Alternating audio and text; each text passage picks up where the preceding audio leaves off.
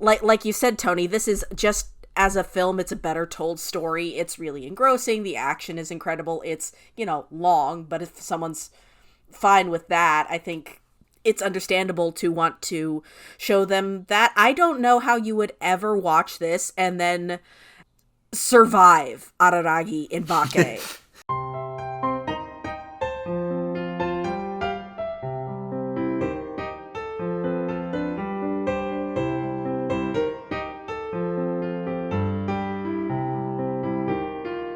Welcome to Chatty AF, the anime feminist podcast. My name is Toni. I am a editor here at Anime Feminist, and with me I have Vrai and Peter. Say hello, guys. Hey, I'm Vrai. I'm the daily operations manager here at AniFem. You can find me sometimes on Blue Sky at writervrai. I am also professionally sad about vampires, which is relevant today. My partner and I wrote a chapter recently for the Palgrave Handbook of Vampires about the history of transness in vampire narratives, and I think it was good. And I'm peterfobian. I'm an editor here at Anime Feminist. I have no vampire bona fides, but I am peterfobian on Blue Sky. And you can find me at poetpedagogue on most platforms. All right, y'all. We are here to talk about the one, the only, Kizumonogatari. For those of y'all who are wondering why we're going on to Kizu next and not going on to Nisei, there's approximately 3 reasons. The first reason is that we're going in novel release order. Kizumonogatari is the second novel that was released after Bakemonogatari and before Nisei Monogatari, so that's what we're doing now, and I think it makes more sense plot-wise. The second reason is that it gives us another crack at looking at the direction of Tatsuya Oishi, and kind of lets us say goodbye to him before we move on to Nisei Monogatari, since this is the last part that he worked on in Monogatari, and can give us a really deep insight into what he does when he has a movie to work with and a movie budget. The third reason is that I hate Nisei Monogatari, and I want to at least get to Kizu before we have to tackle that horrible thing, and so that I can hook Peter and Vrai with all the delicious scenes of Araragi suffering. So, yeah, did you get your wish? Did you get to watch Araragi suffer enough? It could have been more, but it was a lot, and I did eat. Delicious. Suffering. Good way to get the movie on my side when it opens with 5 minutes of lighting Araragi on fire. Yeah, I didn't really expect it, but I was kind of reminded of Con Revo with a lot of these fights, except like they kind of using Looney Tunes-esque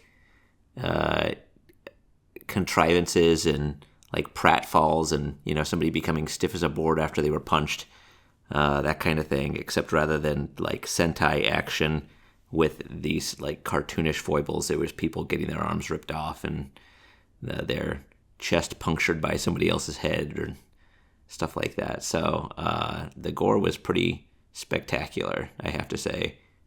And yeah, Araragi crying his head off and stuff was kind of a bonus. Can definitely makes a lot of Bakemonogatari make sense, where he has kind of a cavalier attitude toward being disemboweled after everything that happens to him in Kizu.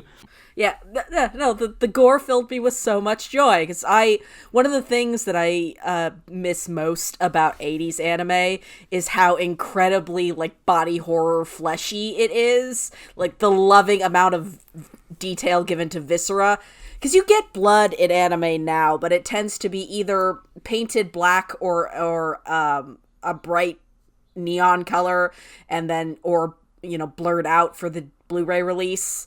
But it maybe because they have to do that level of censorship for the TV release, it tends to be just like stab wound and blood everywhere. You don't get a lot of the just nasty, chunky, visceral gore that often, unless you're like Devilman Crybaby and you're going straight to Netflix.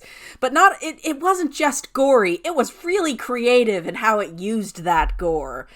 Like, that last fight scene is outre nonsense. That is a Cornetto Films level of funny, weird, absurd gore.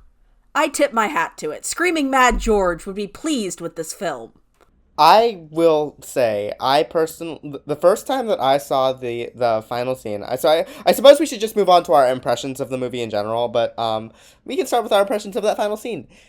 That was by far, I think, the greatest action scene I've ever seen in any anime. Like, full stop.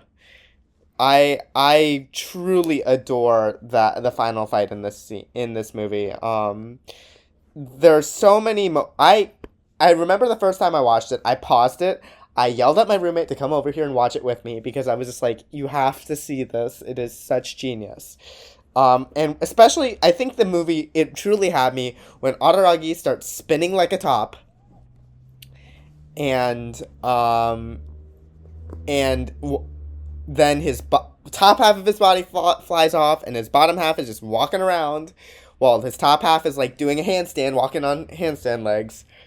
I was just like, this is made for me. I adore this. Yeah, no, I love the action in this movie. And in general, I think the style of this, I think is quite different from Bakemonogatari, in ways that I really, really like. What do we think of the change in style? Because this is the same director, but working on a film budget, and with, I think, a lot more creative freedom in what he's doing. So I'm curious what you thought of a more unleashed Tatsuya Oishi. It's grander, but I also feel like it's more focused. You know, there's still the scenes of characters on big vistas standing far apart from each other while dialogue happens, but it's not just that because there's more money now. So those moments feel more like downbeats that are kind of a relief between big action beats.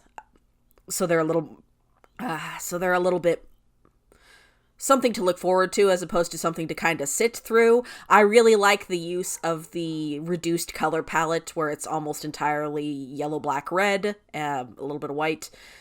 I think that it's used really strikingly and really smartly. I feel like they kind of changed up how they animate Hanekawa for this movie, and for the most part, aside of the fact that I have problems with everything to do with boobs in this movie, and we'll get to that. I think she's I'm hard pressed to say what it is other than I think it's cute. I think she's because she's such a very self-conscious character, it doesn't feel like she's like the animators are drawing her to be moe. It feels sort of like it can feel more like she is trying to be cute and to put herself off a certain way, and they gave her a little 3 mouth, and that's cute. Oh, I was just going to say, I do think that she's very purposefully creating this artifice of herself.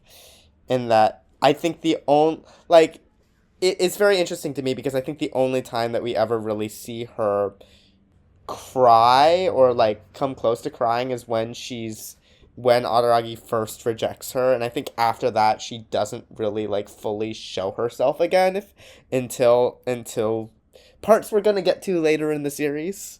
But it is interesting to kind of see her, like, almost, like, be trying to put on this brave face in front of Araragi, or this kind of cute face in front of him all the time throughout the rest of this movie in kind of subtle ways that still allow Araragi to kind of idealize her and still allow her to cultivate a meaningful relationship with him, but still leave her a bit guarded, I think.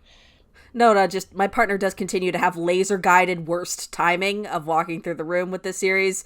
So they looked over during the panty scene and you know, oh god, the animation is so smooth, like she's eating a piece of chicken. And that's for all of those at home who remember a certain viral clip. I'll send it to you later, Toni. Okay. Peter, what did you think of the change in style? I'm afraid of discovering what that means, but Same. I mean, it was extremely animated, so that was very different from what I expected. I mean, there are definitely bursts of animation in the original series, but it's like, yeah, everything is super animated. I did like the color palette, and I also didn't really mind the use of the 3D environments. I thought were really kind of cool, but I did feel like there was kind of an offset color between the two that really made the characters feel separated from the environments behind them. which I don't know if I was a fan of. I feel like I need to sit with that for a little bit longer to really like decide whether I liked that or not. But it did kind of make them feel like paper cutouts in front of fully rendered 3D environments, which was an odd feeling, especially with the way that they were purposefully colored in like a certain texture. But I mean, like overall, the character animation itself was like fantastic. The final fight was spectacular. So in a way, it made the kind of slower moments feel slower to me. I feel like pretty ambivalent about it, actually. Like everything I like about it also kind of like had a reverse reaction somewhere else. Like it really felt like all the scenes that I really like in the TV show where two characters are talking and it keeps like switching between like those like color palette bricks and like some kind of, visual metaphor or very, I don't know, like textile-y type background to try to convey some sort of thought or emotion or something like that. It felt much slower in these movies, almost like they were trying to pad out the time rather than kind of playfully engaging in this sort of like level of metaphor above the dialogue that they're having. So, I mean, the result's gorgeous, but yeah, I feel like it kind of got a mixed bag based on what my expectations were with the rest of the series. Yeah, and for those of you at home who want to watch a slightly more, maybe streamlined version of it, there is a version that's coming out, I think, called Koyomi Vamp, that I believe might have already been released in theaters. I'm not sure if it's been released in the US or not. That is a more streamlined version of this movie. So if you want that, theoretical, shorter version that maybe cuts a little bit of here and there to make it snappier, that is there. It came out in January in theaters in Japan. I don't think it's come out over here in any capacity. But also, I just wanted you both to know that I dropped the chicken gift in the show chat. Okay, hold on. Let me take a look at this. This just reminds me of an even more horrific one. Oh my gosh, this is reminding me of that Sungwon Cho, how anime girls eat, where he's just making that Yeah. noise. Anyways, amazing. Yeah. I'm familiar with this skit. I feel like I should ask you all now that we've talked about the style, overall, how are we feeling about this movie? Like, style and substance, before we move on to talking the more specifics. Honestly, kind of confused. I feel like if I came into this series having watched Kizu before Bakemonogatari, it would completely make me feel different about pretty much all of the central relationships.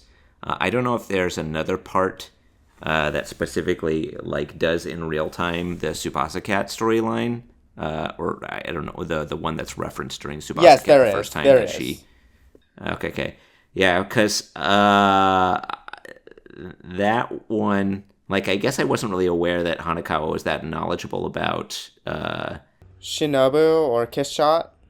Oh yeah, she's Shinobu now. That's right. Yeah. So yeah, I didn't know she was aware of Shinobu, and all of her interactions with Araragi in this one seem extremely like. My impression was that he was kind of ignorant to her interest in him, which I just don't think is something that you could even play at after this movie. So I don't know if something changes during the Tsubasa Cat arc that changes the dynamic of the relationship, that would make him think that she's no longer interested in him. But yes, extremely like, what, are you an idiot? And especially with the way he takes advantage of her based on their friendship as well, doing stuff like asking to grope her boobs, and I guess the way they meet with the panty flash thing, of course, is kind of, I guess he's very sexually aggressive with all of the women in the show, but this one was like, I think, kind of next level. I find myself more confused about their relationship than I was at the end of Bakemonogatari. So overall, I had a good time watching the film, I think I will say. I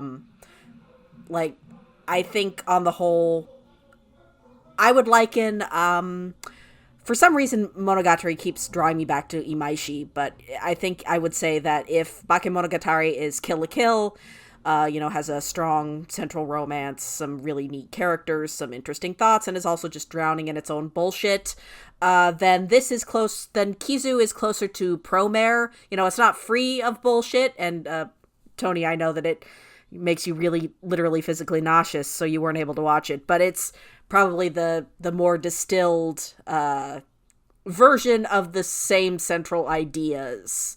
And yet at the same time, I can't say that it would be meaningful. I don't think I could tell somebody just watch Kizu, because so much of what's going on with Hanekawa is interesting to me because of the backstory from Tsubasa Cat, which makes it sort of an odd beast on the whole. It's interesting because I sometimes will show people Kizu before showing them Bake, because I know that they will like Kizu more because Kizu is objectively better in every way. Just because of, it's just more entertaining and I think a better told story. Even though I absolutely adore Senjougahara's arc in Bakemonogatari, to be clear. It's really that's easily the strongest part of Bake. Yeah. Yeah. Yep. But I find that I do think, as you're saying, Vrai, Hanekawa, if you don't know what's going on with her from Tsubasa Cat, and then I know even more because I've seen further along, as you were saying, Peter, that part that's referenced in Tsubasa Cat that's about Araragi first discovering Hanekawa is a survivor of abuse, right? Is played out in full in an arc that comes right after Nisei called Nekomonogatari Kuro, or Nekomonogatari Black. And so knowing that also really shapes my view of Kizu. And so I do think it's interesting. It would be very easy if I didn't know those things. It might be easy to look at Hanekawa and see almost like this kind of fantasy of this really hot girl who's weirdly into you for some reason. Knowing what I do about her from the other series, it makes me wonder, is she purposefully kind of trying to play that role because she's scared of rejection, right?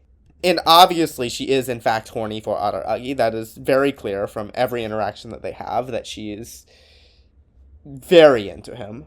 But as I said, I think if I hadn't watched those things, it would be easier to write her off as a kind of fantasy that's catered to the male gaze, rather than, which, to an extent, maybe it is also that, rather than a, complex character who is trying to kind of perform having her shit together a little bit, when in reality she really, really, really doesn't. Oh, so you're kind of saying, just based on what your perception of her in the movie, she is kind of like I wouldn't say she's manic, but a pixie dream girl, whereas in the broader series, you get a lot of her actions make more sense when you know about the context about why she's out so late. And well, right, because for example, right, she's out looking for a vampire, right? And that could be just a kind of quirky thing. Oh, she's looking for a vampire. She's curious about this scary thing. How naive, right? But when you know about what's going on in Tsubasa Cat and what's been going on with her family, you remember, oh yeah, she walks around a lot in the middle of the night because she just hates being at home, right? And maybe on some level she has this self-destructive streak, right? Or, she doesn't really get much care or love at home, and so the first person who kind of shows her any positive attention, that then she's kind of a little throwing herself at him, right? It's not when you've seen the rest of the show, it's not a character who is necessarily she's not your fantasy girlfriend, I guess is what I'm saying. Yeah, I think that only kind of comes through at the end, where she's able to discern what it is that Kiss Shot is after in her final battle with Araragi. I think because she does, earlier on she had a similar scene where she was kind of offering herself up to him for him to drink her blood, knowing that he was a vampire, which kind of contextualizes some of the other things she does in the movie as well. But that's the only part of her real circumstances that sort of bleed into the movie there at the very end. Well, and the movie ends with her getting presumably her first headache. So, which again also only means something if you've seen Bake. Yeah. I'm wondering, like, what is the sensible way to enter into this franchise? Because I feel like if you don't watch it in chronological order, then your jumping in point, it like really gives you a false interpretation of the relationship dynamics at play. Yeah, incidentally, I briefly, because it was on the Libby app, I briefly dipped a toe into the Bakemonogatari manga, and it sucks and I hate it for many reasons, mostly the full frontal panty shot of Mayoi, but also it includes the, like, right at the beginning of the snail arc, just the shittiest 6-page summary of the Kizu movie. It's just another reason it's bad and terrible.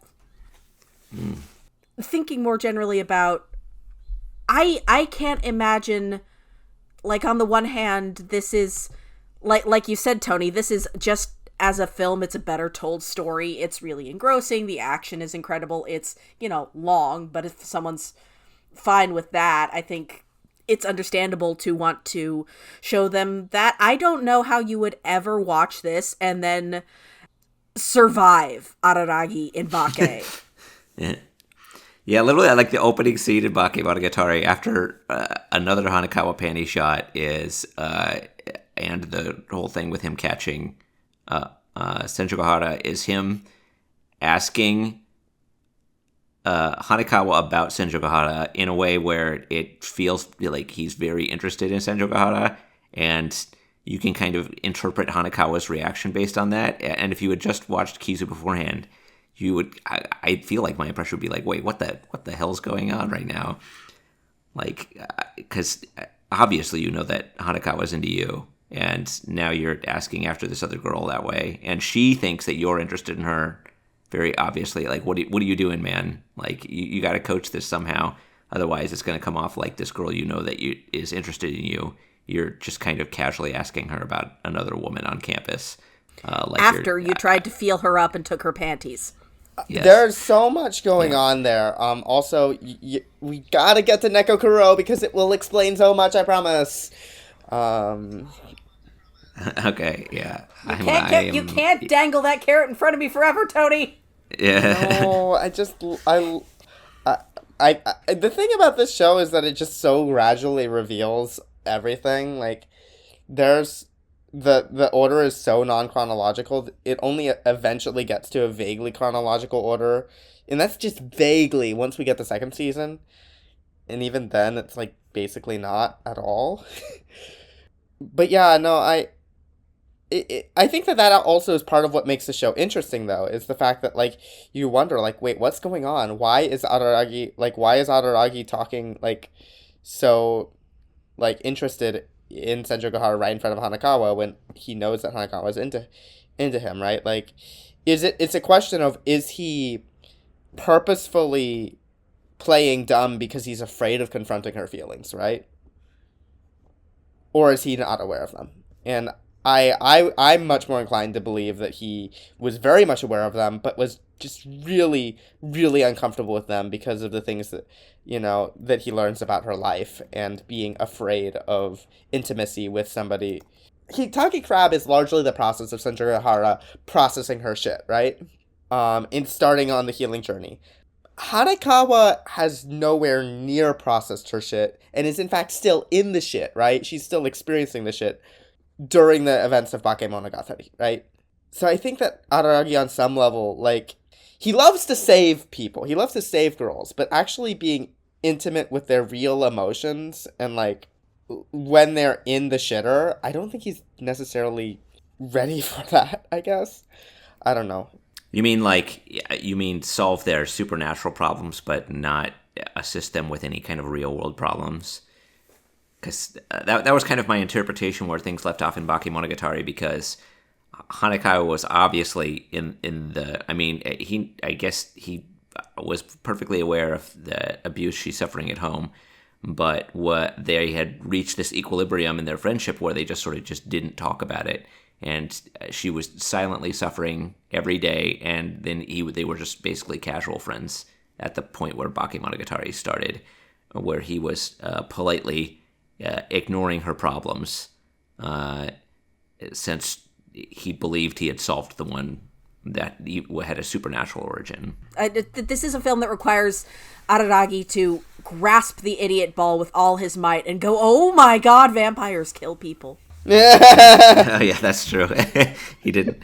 It took him a while to figure that one out. Yeah. To figure out that to figure out that he made a terrible choice in like, you know, reviving Kiss Shot, right? You mentioned, I think in the first episode, or at least we've talked about it a fair amount off air, that one of the things you really like about this franchise is the sort of connection you feel with it as this, and its depiction of intimacy, and the way it really resonates with you, like you as a queer person, and like levels of sort of ambiguous intimacy. And I really thought about that during this movie, because on the one hand, part of me can only give Araragi so much shit because the first girl I ever had a crush on was a huge Beatles nerd. She was that kind of gal. And at one point she was, you know, telling me about her favorite songs and just, you know, loudly name dropped "Let's Do It in the Road." And I got nothing off of that. Oh, I get it. I get what you're saying. Oh, it took me a second. Now, Tony, in my defense, this was in the middle of a classroom. Oh my fucking god. Oh, yeah, that's, you know. Yeah. Mm-hmm. Yeah. So that didn't go anywhere. So like in that sense, I can kind of vibe with this idea that like sometimes shit can get real overt and you're still like, man, I don't know what's happening. But at the same time, Monogatari, despite having that sort of subtextual resonance, is conversing in a very heteronormative space, right? Like this whole movie is very, very gender, in some ways that I think are interesting and purposeful, and in some ways that I think are really, really not. So like, so much of what Hanekawa is doing is, putting herself in this very vulnerable place, where that's like, essentially she's trying to, as it got touched on at the end of Bake with that brief fantasy sequence that I liked so much, she's really trying to live out like a supernatural romance narrative here, and like, throw herself in the path of monstrosity, and to be the one who understands the monster, and the one who's special, and I feel in my heart for her. But also at the same time, you know, for Araragi, it's like, oh, well, I can get sexual favors out of this girl, because, you know, that's a normal thing to do with your friends who are friends and your girl who's a girl and who's your friend. But also you don't owe like emotional constancy and responsibility to her because you're friends, but also you should get to touch her tits. It was very it reminded me of Mushoku Tensei, where essentially she just when they're meeting in the like sports utility room, she just like kind of coached him through this tremendous like emotional confrontation he was gonna have to have with Kiss Shot, and then and you imagine that moment he's feeling a lot of gratitude toward her and for her friendship and all that, and then he somehow spins that into, oh, but you should let me grope you. Like, wait, I thought like literally moments ago you were grateful toward her and felt like you owed her a favor, and now instead you're asking for basically sexual favors off the top of that.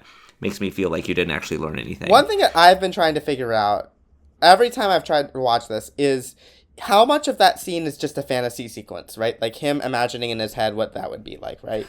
All of it. Right? Or how much of it is like, yeah. Because the implication is he doesn't actually like, you know, get on top of her and start dominating her and like, you know, telling her to like, you know, blah, blah, blah, blah, blah. Say you need to touch me and blah, you know. Which I remember when I first watched the film, I was like, oh, thank God that didn't actually happen. You know, because it was very uncomfortable for me to watch, you know, because that would have been, because it's complicated, right? Because, like, clearly she's into him, but being into somebody is not consent, right? Those are two different things, right? Even being into somebody to the extent that you just spontaneously, without asking, give them your panties, is not the same thing as consenting to, them, like, dry humping you and biting your ear and all kinds of stuff, right?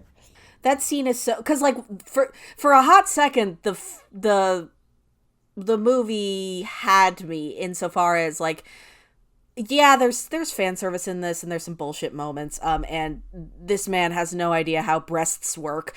Excuse me, she's not flapping two boobs independently in the wind while wearing a bra. Get out. Get out. Get away from me. As a former possessor of boobs about that size, no.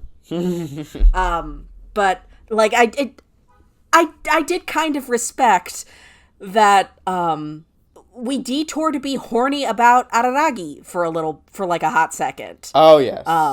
And as she's just like admiring his 8-pack, and I was like, okay, this feels a little better when it's mutually horny. Like that's something. That's not just our milquetoast protagonist and the women around him who all fall at his feet and are the object of sexual framing, while also he doesn't emotionally owe them anything because they're just friends.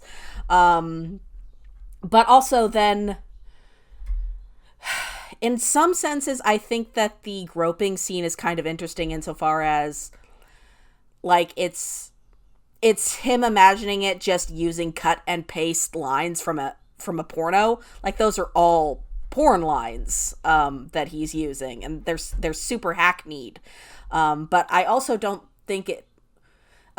J.K. Haru as a sex worker tried to do something similar, where it sort of mashed up these cliche, very hentai bits of rote dialogue in the sex scenes with the sort of more lived experience of her in her moments when she's, not working as a sex worker. But, I think we had an article about somebody kind of dissecting why they felt that didn't really work, because it's, even if you're contrasting them, you're still you're still ultimately spending a lot of time in that space in a way that really focuses on that same degradation that it becomes the purpose of the original porn. And so I think, like, it's not that it's just Araragi, thinking through how he'd be such a master Lothario when he can't even, like, he can't touch a woman. He's too terrified to even touch this girl who is so blatantly into him and wants him to touch her, even if not under these circumstances. But it gets lost in the sauce of just being the thing, of just being gratuitous exploitation of her. And not even her, like the fantasy that he thinks she is. Well, it's also interesting to the extent that, like, there's this kind of almost mockery of consent that he engages in. And I think part of that is, as you're saying, like, kind of this fantasy, romanticized, almost degradation porn, right? Where it's like, where consent is, I'm sure, mocked, and, the woman is assumed to be in this kind of degraded role where the idea that she would consent is mocked, right? Because there's that moment, of course, where he's like, you must say, I, Hanekawa, want you to touch my boobs, right? So that in a court of law, I will not be convicted, which is, like, bananas. Yeah. And it actually... Well, and I was just going to say, like, and to what you were saying earlier about, like, fantasies and, like, my own experience as a queer person, right? I'm in a lot of spaces with a lot of people who really, really, really enjoy that kind of degradation, right? And yeah, like there's nothing wrong with it if folks are into it. Right. I don't necessarily get the sense that Hanekawa is into that. And it's also interesting because Hanekawa... I don't think so. It's also lampshaded because Hanekawa, like, like, I think at the end of the scene, or maybe before the scene, she pulls out the booby magazine that Araragi got and points to the part of it that, like, is obviously about her or someone like her, and it's like, you're looking at porn of people exactly like me, right? So, like, it's obvious that it's very much intentional, I think, that Araragi is struggling with the contrast between the real intimate relationship that she wants to have with him as a friend and more than a friend, clearly, and the fantasy that he's kind of projecting onto her, that is deeply degrading.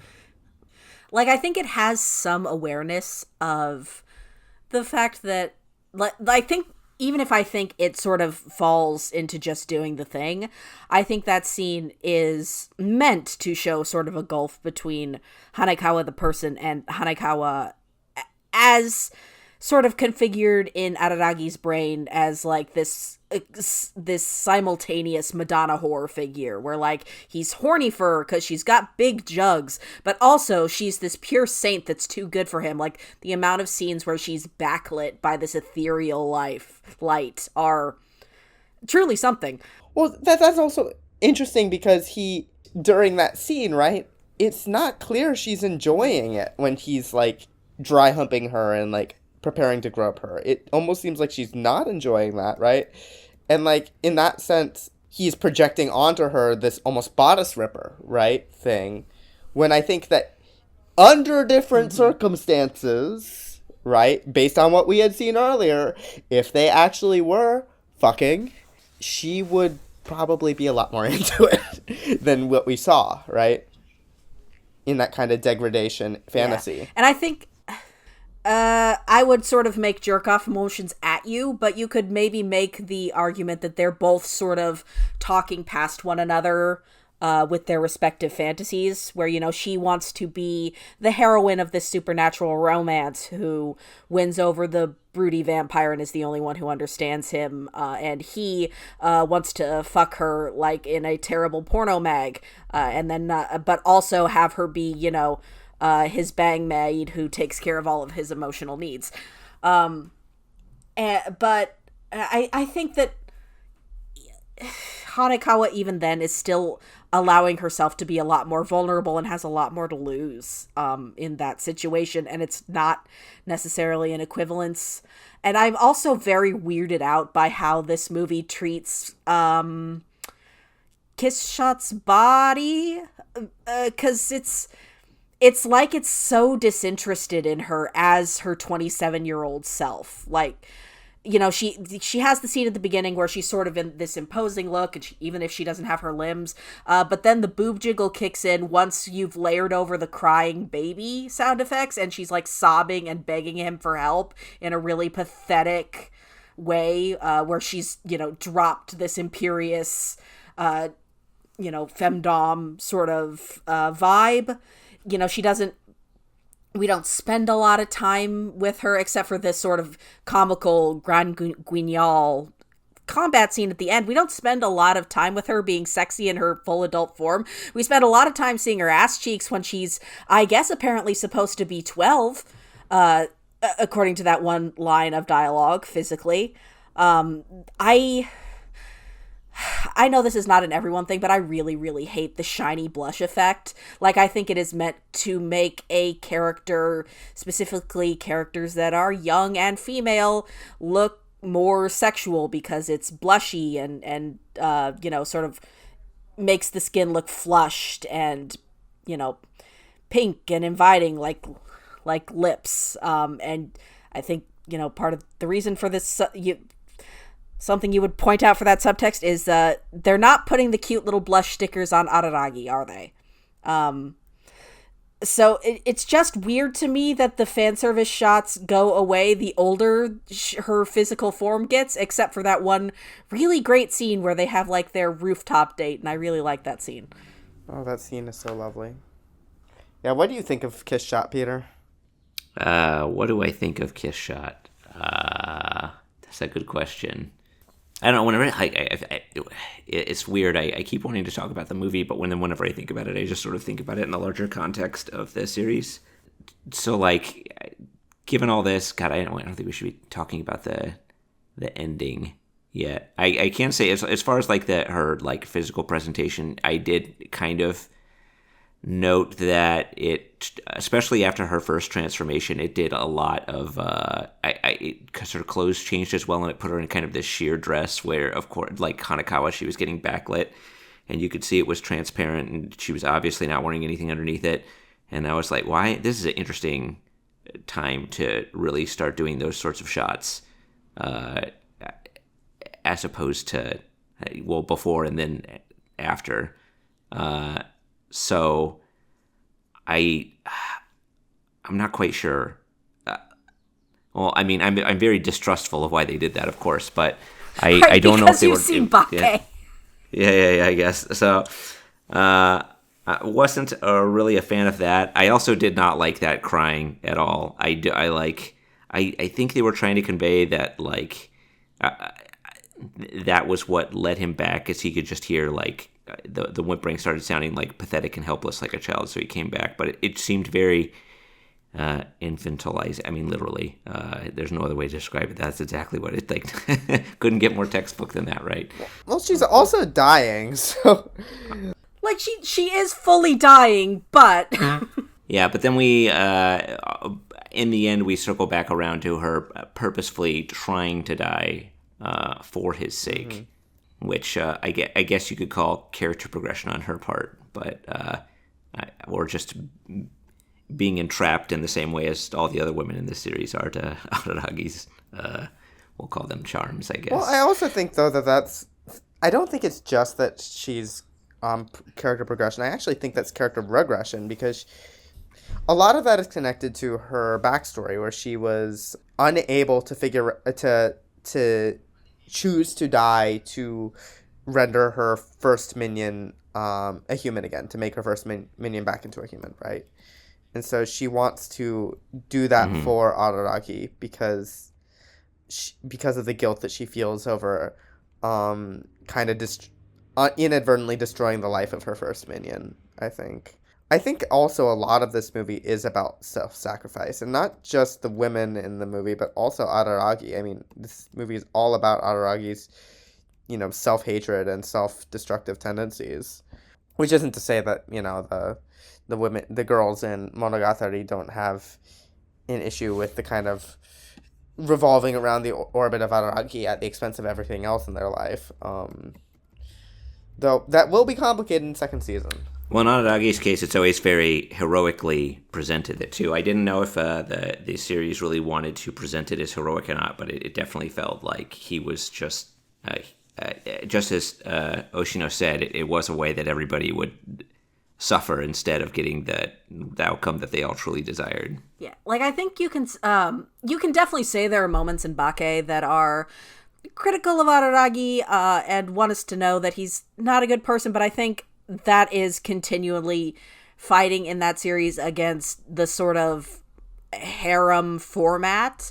I think the thing that really pushes Kizu above it in this particular way, from a storytelling perspective, is that ending is really, really sad and upsetting, but like on purpose. Like, I actually believed that this movie is trying to tell me that Araragi is an asshole, rather than just me observing that he's an asshole, but also I'm supposed to root for him. Like, that ending is so disquieting. I'm quite impressed by it. I'm upset by it, but I doff my cap.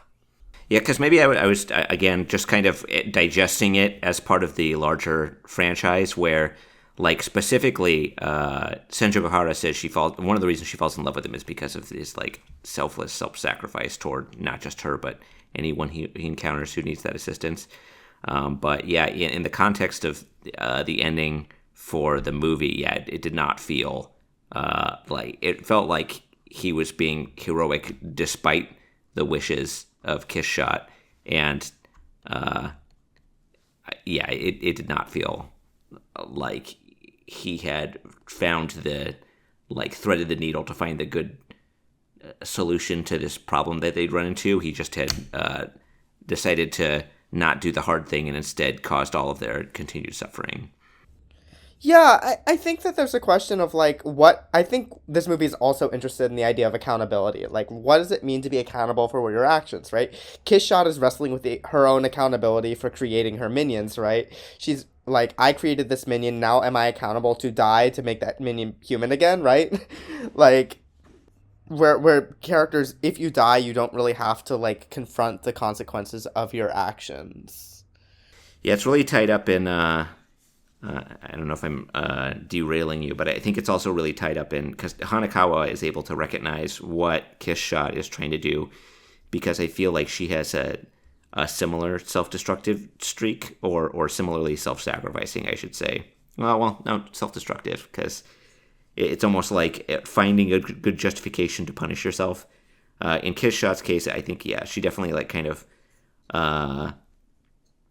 comes to recognize Araragi and in him see her previous, what she call him, her servant, and because of her guilt decide that it's better if she dies and she can return to being human rather than, like, repeat history.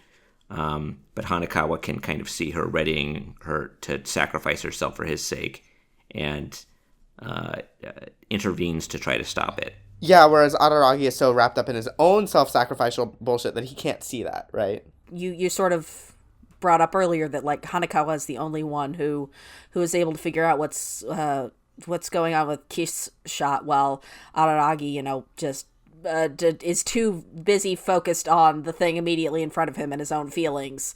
And I think that I wish it was gone into more, but I think that that's one of the really interesting background threads of the film. That the fact that the three of them are all both self-sacrificing and self-involved. And Hanekawa is the only one who knows herself well enough to see it in other people, except Araragi, because also she has the single worst taste in men. Girl, please. And I forgot to mention this earlier, but I mean, Hanekawa is most into Araragi. Like, to kind of back up what you were saying about Hanekawa having this kind of idealized, like, supernatural... She wants a supernatural boyfriend, right? Like, she's most into him when she's noticing the changes... She wants to go Anne Rice. She does. She notices the changes in his body that are due to him being a vampire, and she is turned the fuck on by them. She's like, oh my god, I could have a vampire boyfriend? Oh... Eating those tomato sandwiches in front of him.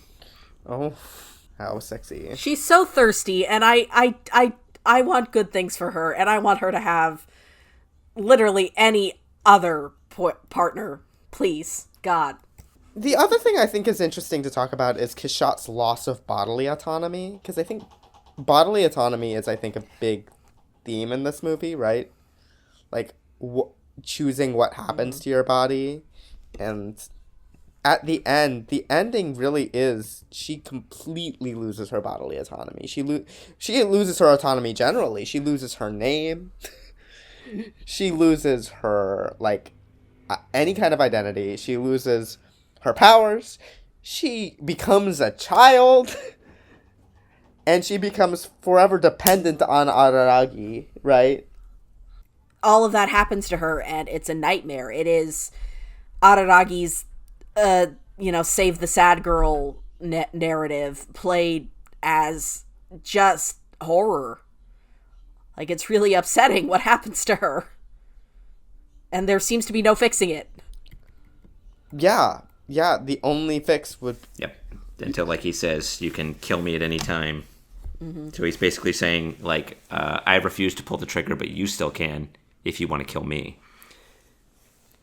I absolve myself morally. Yay.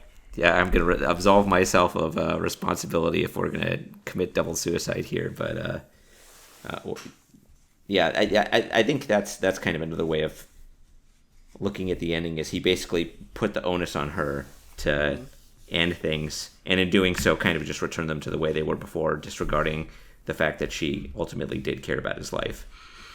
It's so telling and purposeful to me, I think, that we see him smile at the end and we do not see her face. Yeah. it's a which is, I think, undermined a tiny bit by the fact that Bake closes with the fact that she's basically his silent protector forever.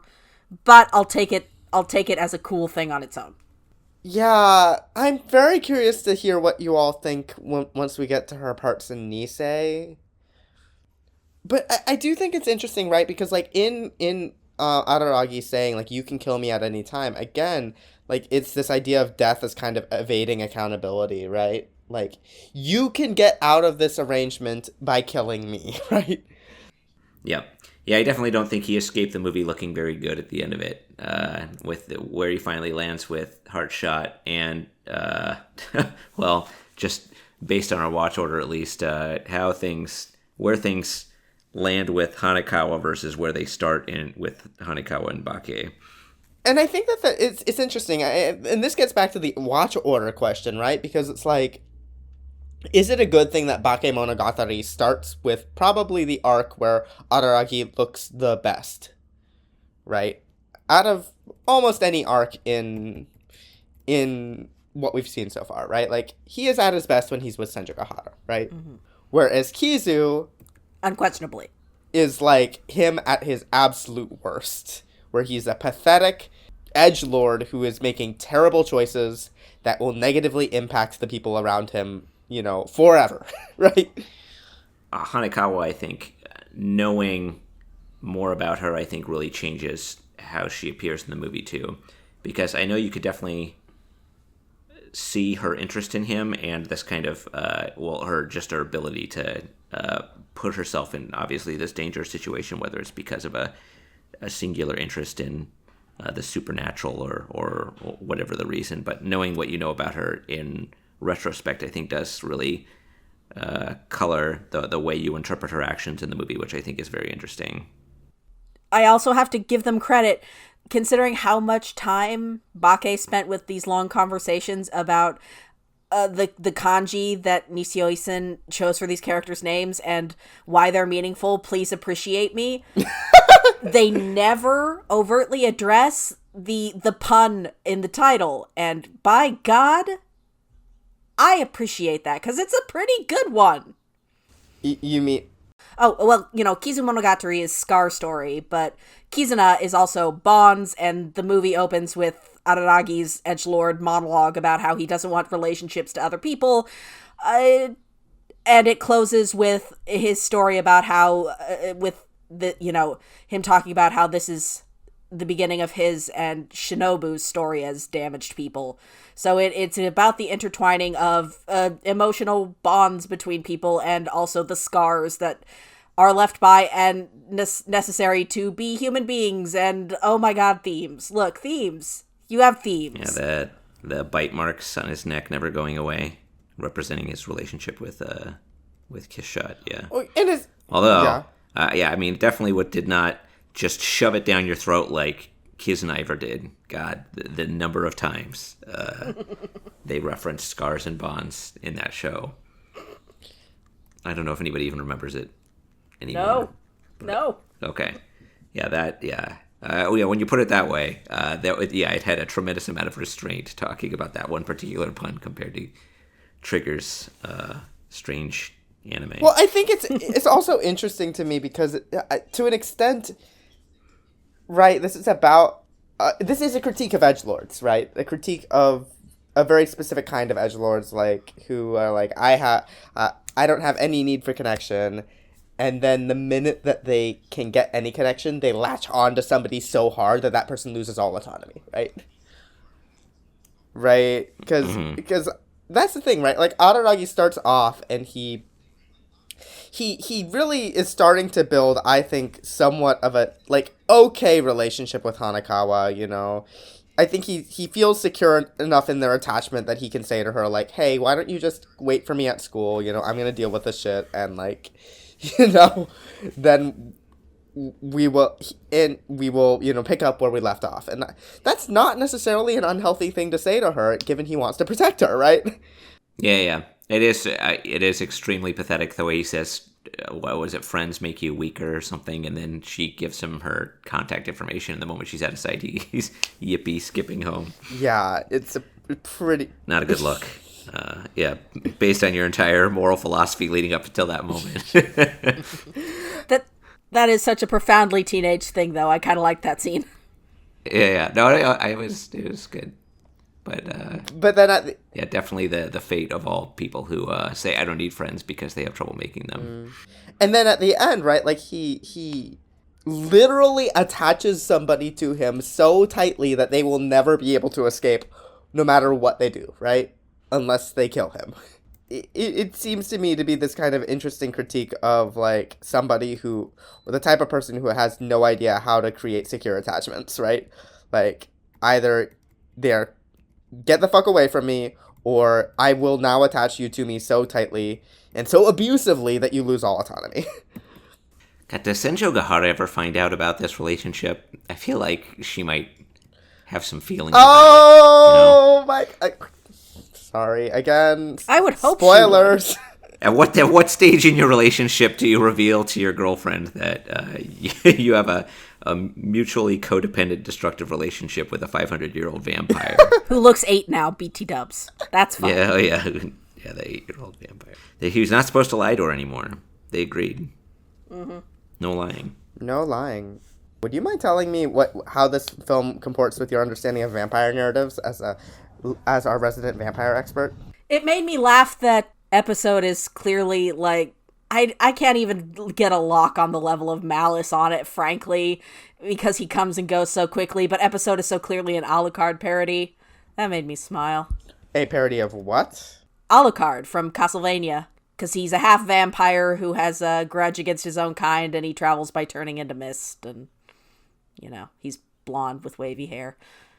As vampire narrative goes, it was kind of interesting to me that it, in keeping with the series' sort of focus on Japanese narratives, it persistently uses the kyuketsuki phrase rather than the loan word vampire, which tends to lean more into, like, folkloric inspiration, like Vampire Princess Miu does. Whereas something like Miss Vampire, who lives in my... now I'm gonna be wrong about that, but I think Miss Vampire used the loan word. But I thought that was interesting, like, sort of coding her into the world of oddities rather than as this Western thing, even though she is implicitly a Western character or a European character. The anyone I bite turns into a vampire is Dracula lore. It's not as common post Anne Rice, because Anne added the factoid that you can't just bite. If you just bite somebody, they'll die. You have to feed them your blood back. And then that became a fairly standardized version of the narrative because it's got that intimacy quality to it.